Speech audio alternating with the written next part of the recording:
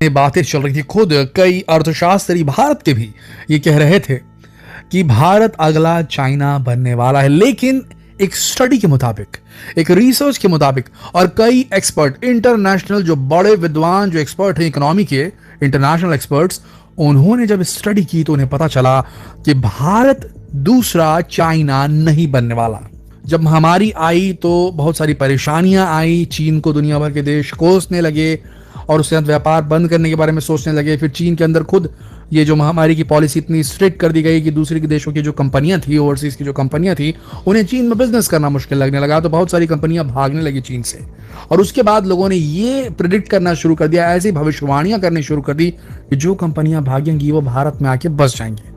और जो चाइना का जो मैन्युफैक्चरिंग हब का तमगा, उससे जो टैग उसे मिला हुआ है, जो मेडल उसके नाम है कि दुनिया की फैक्ट्री है चीन, उस नाम को, उस तमगे को, उस मेडालियन को अब छीन लेगा भारत, और भारत में सारी फैक्ट्रीज आ जाएंगी और दूसरा चाइना बन जाएगा भारत। लेकिन ये जो प्रेडिक्शंस की गई थी वो पूरी तरीके से गलत है दोस्तों, क्योंकि भारत चाइना बन ही नहीं सकता। भारत चाइना से बेहद बड़ा बनने वाला है। जी हां दोस्तों, चीन ने एक दो जगह ऐसी गलती कर दी सिचुएशंस के हिसाब से, जिसकी वजह से उसके साथ अब उसका खेल उलट हो गया है। आज भले भारत 5th लार्जेस्ट इकोनॉमी हो और चाइना 2nd लार्जेस्ट इकोनॉमी हो दुनिया की, लेकिन बहुत जल्द गेम चेंज होने वाला है। अब जब भारत अपने पीक पे आएगा तो भारत दूसरे नंबर के लिए नहीं एम करेगा, भारत पहले नंबर के लिए एम करेगा। कैसे करेगा, क्यों है ऐसा, और क्यों भारत चीन जैसा नहीं बल्कि भारत जैसा बनने वाला है, जैसा प्राचीन काल में था। एंशिएंट इंडिया जो थी, जो चीन से भी बड़ा था, अखंड भारत, उसकी जो शक्ति थी वो अब इस भारत में आने वाली है। ये जानने के लिए सबसे पहले तो आप एक काम कीजिए, इस वीडियो को धड़ाधड़ शेयर दबा दीजिए देखने से पहले ही, और उसके बाद सब्सक्राइब बटन को भी हिट कर दीजिए। आगे बढ़ते हैं, आपको बता दें कि ऐसा कैसे होने वाला है। सबसे पहले बताते हैं आपको, भारत की ग्रोथ का सबसे बड़ा कारण है भारत के पास है young man power, young working population. जबकि चाइना में इस समय वर्किंग पॉपुलेशन धीरे धीरे खत्म होती जा रही है, और वन चाइल्ड पॉलिसी की आदत पड़ जाने की वजह से बर्थ रेट डिक्लाइन होते जा रहे हैं। ऐसी स्थिति में वहां के नागरिक स्ट्रेस में जी रहे हैं, ज्यादा काम कर रहे हैं, ज्यादा लोगों का काम कर रहे हैं, और आने वाले समय में पॉपुलेशन अभी तो बहुत है चाइना की, लेकिन बूढ़ी होने वाली पॉपुलेशन लगातार बढ़ रही है, और जो नौजवान हैं उनके ऊपर इतना स्ट्रेस, इतना बोझ है कि वो भी बहुत जल्दी बूढ़े होते जा रहे हैं। तो यंग वर्किंग पॉपुलेशन के मामले में भारत ने हाल ही में चाइना को पछाड़ दिया है। इस समय इकोनॉमी भारत की ग्रो कर रही है, भारत एक नए मैन्युफैक्चरिंग हब की तरह उभर रहा है। यहाँ यंग एंटरप्रेन्योर्स की पॉपुलेशन में भी तेजी देखने को मिली है। जहां चीन के एंटरप्रेन्योर को दूसरे देशों में गलत निगाहों से देखा जाता था, क्योंकि चीन की एक विस्तारवादी नीति थी, वो दूसरे देशों की जासूसी भी करवा देता था। अमेरिका खुद ने इस चीज को महसूस किया, कई कंपनियों को बैन कर दिया गया। वहीं भारत के उद्योगपति जैसे टाटा है, अंबानी है, अडानी है, ये जब दूसरे देशों में व्यापार करते तो उनका स्वागत किया जाता है। दोस्तों आप समझ रहे हैं हम क्या कहना चाह रहे हैं। तो इसीलिए चीन के जो एंटरप्रेन्योर्स थे उनको सप्रेशन देखना पड़ा चीन की कंट्री की पॉलिसीज की वजह से, इंटरनेशनल पॉलिसीज की वजह से। लेकिन भारत के एंटरप्रेन्योर्स को इंटरनेशनली वो मुंह की नहीं खानी पड़ेगी। तो ये भी बहुत बड़ा कारण है। यहाँ की प्रोडक्टिव वर्कफोर्स, यानी कि भारत की प्रोडक्टिव वर्कफोर्स की ताकत अंदाजा दुनिया ने तब लगाया जब ज्यादातर देश महामारी के बाद अपने व्यापार और व्यापारियों को दोबारा ट्रैक पर लाने की कोशिश कर रहे थे। लेकिन भारत तब भी अपनी इकोनॉमी को स्टेबल रख पाया। उसके बाद भी यहाँ व्यापार के नए अवसर पैदा होते रहे। भारत जैसे दुनिया के लिए एक वर्कशॉप की तरह उभर कर सामने आया था। दोस्तों भारत की इकोनॉमी 2000 के दशक के बाद से ही इतनी तेजी से आगे बढ़ी है कि हर 5 साल में इसका साइज डबल हो रहा है। लेकिन ये कैसे हुआ, आइए जानते हैं। ये हुआ गवर्नमेंट पॉलिसीज को थोड़ा इजी बना देने की वजह से। भारत की कामयाबी का दूसरा कारण है, भारत जब आजाद हुआ तब भारत में बिजनेस सेक्टर्स में ज्यादातर वही लिमिटेशंस और पॉलिसी चलती थी जो ब्रिटिश राज ने अपने फायदे के लिए बनाई थी।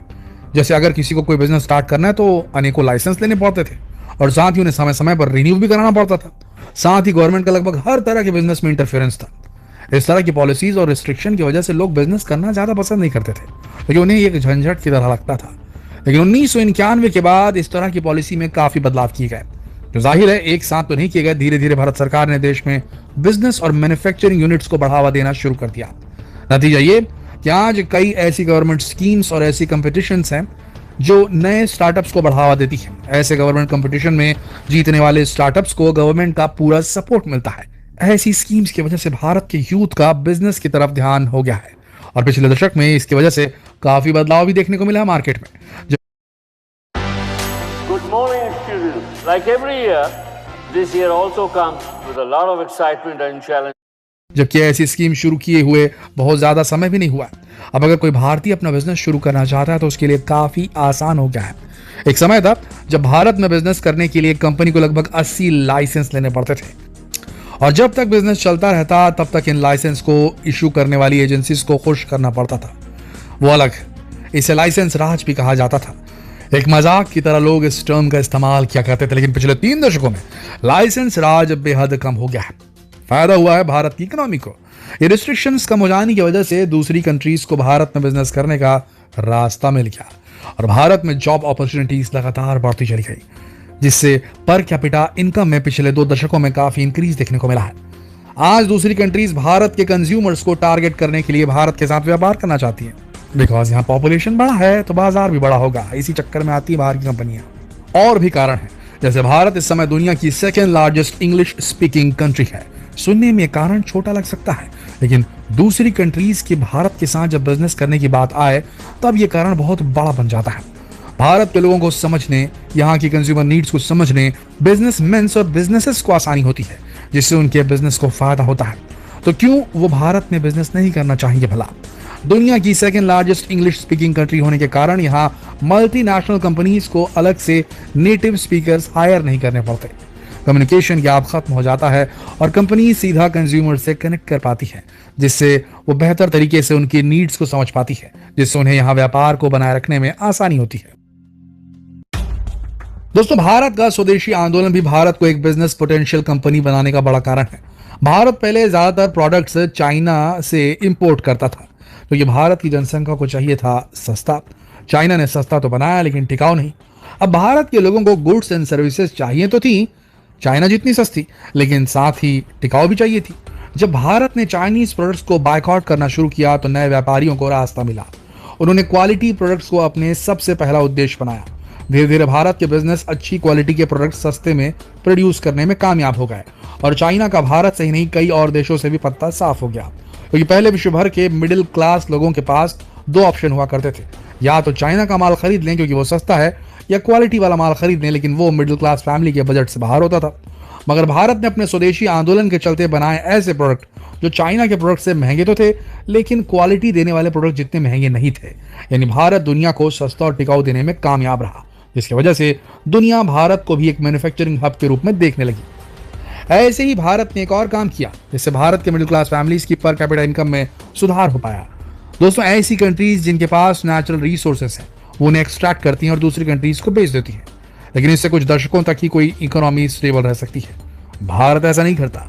भारत रिसोर्सेस को एक्सट्रैक्ट करता है, उसे रॉ मटेरियल की तरह यूज करता है, उससे ऐसे यूजफुल प्रोडक्ट बनाता है जो हमेशा ही एक्सपेंसिव रहने वाले हैं, जैसे स्टील से एविएशन रिलेटेड प्रोडक्ट यानी कि हवाई जहाजों में लगने वाले प्रोडक्ट बनाना, या मेडिकल इक्विपमेंट बनाना, और क्रूड ऑयल से अलग अलग प्रोडक्ट्स बनाना, और इन प्रोडक्ट्स को एक्सपोर्ट करके भारत मोटी कमाई करता है।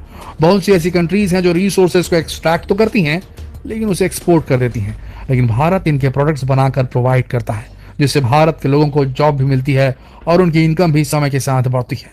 भारत में दुनिया की सबसे बड़ी ऑयल रिफाइनरी है और भारत में दुनिया की सबसे बड़ी ज्वेलरी इंडस्ट्री भी है, जबकि दोनों के ही रॉ मटेरियल भारत दूसरे देशों से खरीदता है, लेकिन उनके यूजफुल प्रोडक्ट बनाकर भारत ने कुछ ही सालों में चाइना को पीछे छोड़ दिया है एक्सपोर्ट में। भारत जो कभी अंडर डेवलप्ड कंट्री रह चुका है, वो बहुत सी ऐसी पॉलिसीज की वजह से आज एक डेवलप्ड कंट्री बन चुका है। भारत फिलहाल चाइना से पीछे जरूर है, लेकिन भारत जिस स्पीड से आगे बढ़ रहा है वो चाइना से बड़ा राष्ट्र बनने वाला है, चाइना की कॉपी नहीं बनने वाला। उसका कारण भारत की डेवलपमेंट भी है और चाइना की पॉपुलेशन का बिगड़ता हुआ बैलेंस भी। क्या लगता है आपको, भारत कब बनेगा चाइना से बड़ा और डेवलप्ड नेशन? 2040, 2050 या 2000?